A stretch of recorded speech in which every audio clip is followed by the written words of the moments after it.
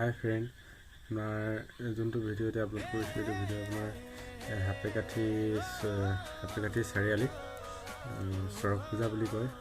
আপোনাৰ এই পূজাটো গৰু গা ধোৱা প্ৰথম দিনাখনেই আপোনাৰ পতা হয়।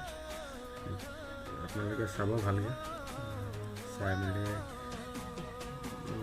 ভিডিঅ'টো like, comment, share and subscribe কৰিব। ভিডিঅ'টো মই নিজেই কৰা নহয়, মই যাব নোৱাৰিলোঁ।